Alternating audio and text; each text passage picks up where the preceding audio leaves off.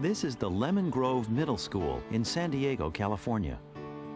Today we're going to be doing an activity from a unit called Ruins of Montrec. Can anyone tell me what this is a picture of? Okay, German? Blueprint. Pam Hardaway teaches 7th grade mathematics. What is a blueprint used for? Sometimes blueprints are made for like building different things, so you can see what you should be doing or something like that. Okay, good. So what we're going to be interested in for using a blueprint is what the foundation or the base of the building looks like, and then what does the outside of the building look like. We're not really interested in, like, if you look at this, you can see the inside rooms. They tell you the dimensions of each room. We're not going to be really concerned with that. We're going to be concerned more with what does the front look like? What does the outside or the outside outline look like? Okay? In the investigations we're going to be doing in this unit, you'll be hearing the name Emily Hawkins over and over again. She's a famous explorer who goes around to ancient cities and looks at the ruins. And then she tries to reconstruct what the civilization looked like by building buildings from the ruins. So she has the system for doing that. What she uses is little cubes and what's called a building map. And what you guys are going to do right now is construct your own building map. A building map is kind of like the ground that you need to construct your building on. Today's lesson is from a unit called Ruins of Montrec, which is a geometry unit. Students are reconstructing buildings using blueprints that are given. And then what they do is look at the buildings from all different viewpoints, the right, left, front, and back, and describe what they see in the relationships between all 4 viewpoints.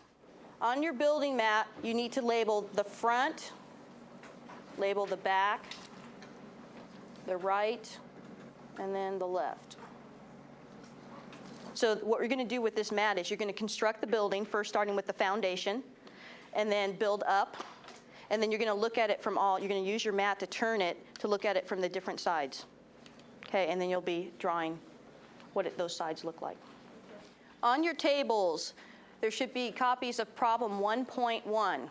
Today's problem asks students to construct a model of a building using cubes on their worksheets. They are given information about the size and shape of the building's foundation, as well as the number of cubes high.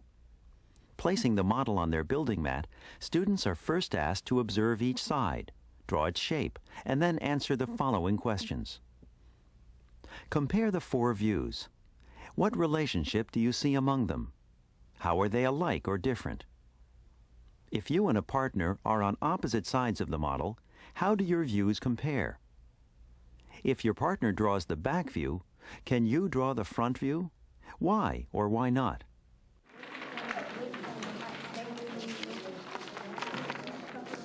One of the advantages of letting the kids actually use the blocks to reconstruct things and using manipulatives in class is that it helps those students who are tactile learners that actually have to do it.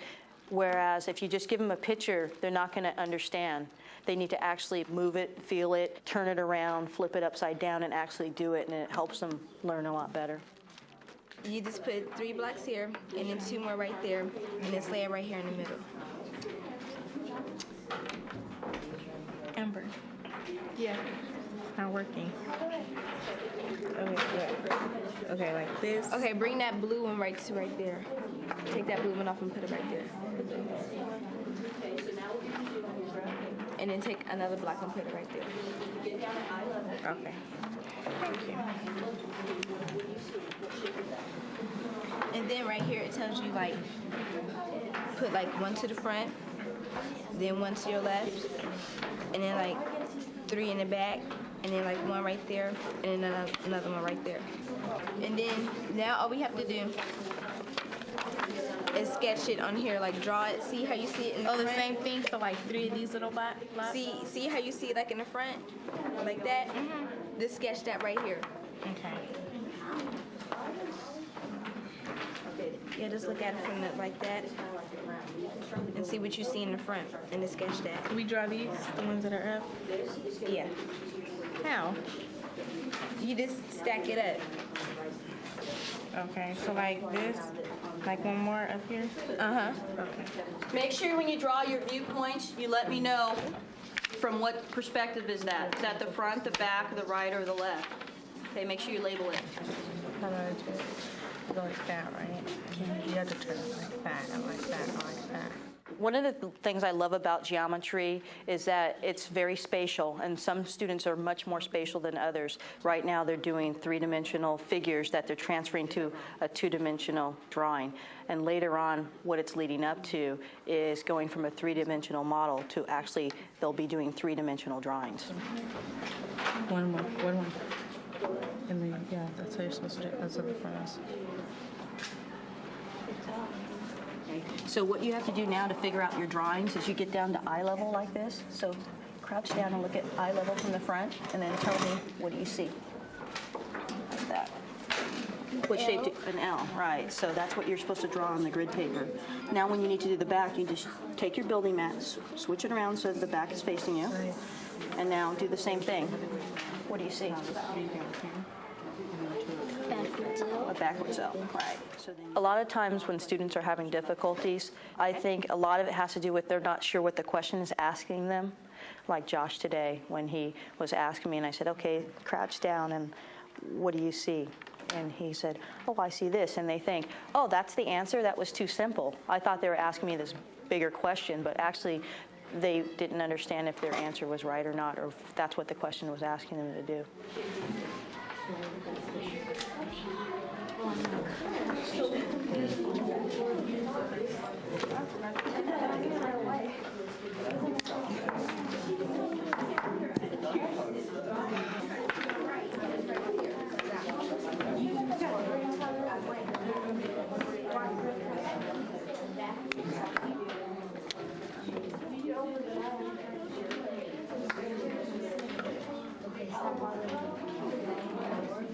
All right, so like right here, all we have to do is just like draw this building. First, what do you have to do before you draw it? When a group calls me over and they need my help and they're struggling with something, I try to encourage them, did you ask your partner first before you have me come over? And then I try to answer their question with a question instead of just giving them the answer. Why do they look the same from the front and back? Do you look at it like that? Yeah, and like, why do they look like that? Why do they look the same?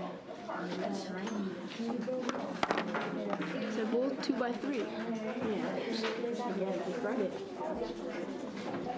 They look the same from both sides, right? Yeah. Yeah. I don't get number 2.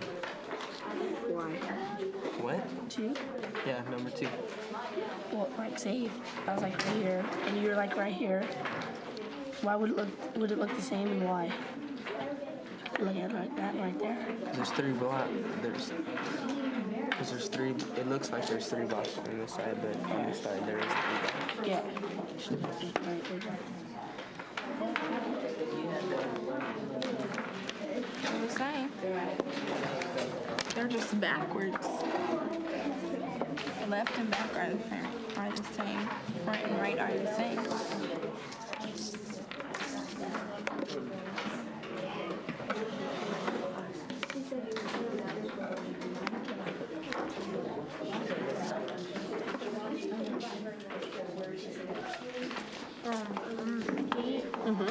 Or do we just like compare them and Right. What do you notice? Do you notice any relationships between them?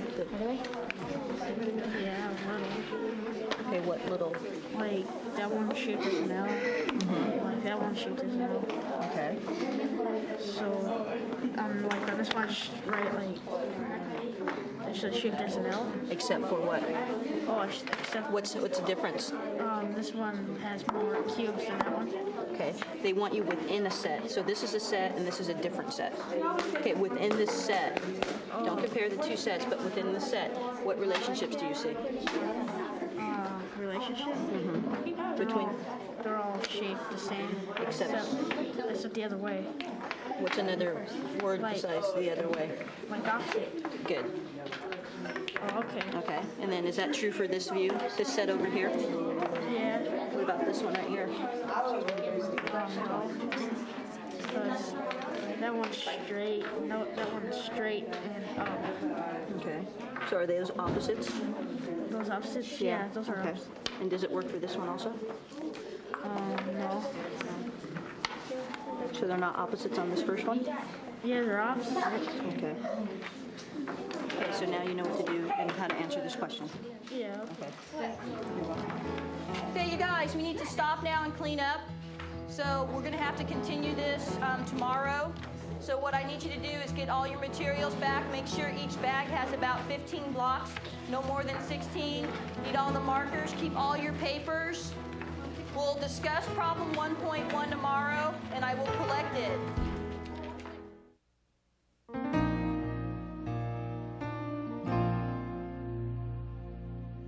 Discuss Ms. Hardaway's questioning strategy.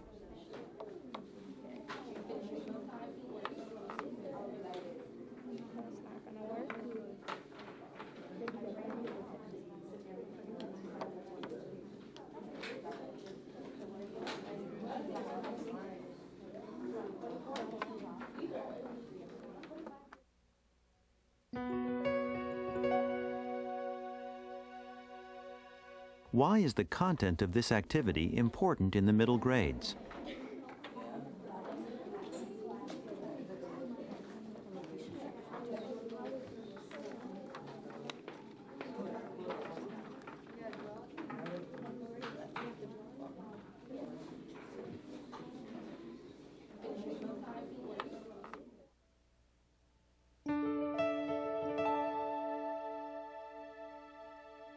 How could you extend or enrich this activity?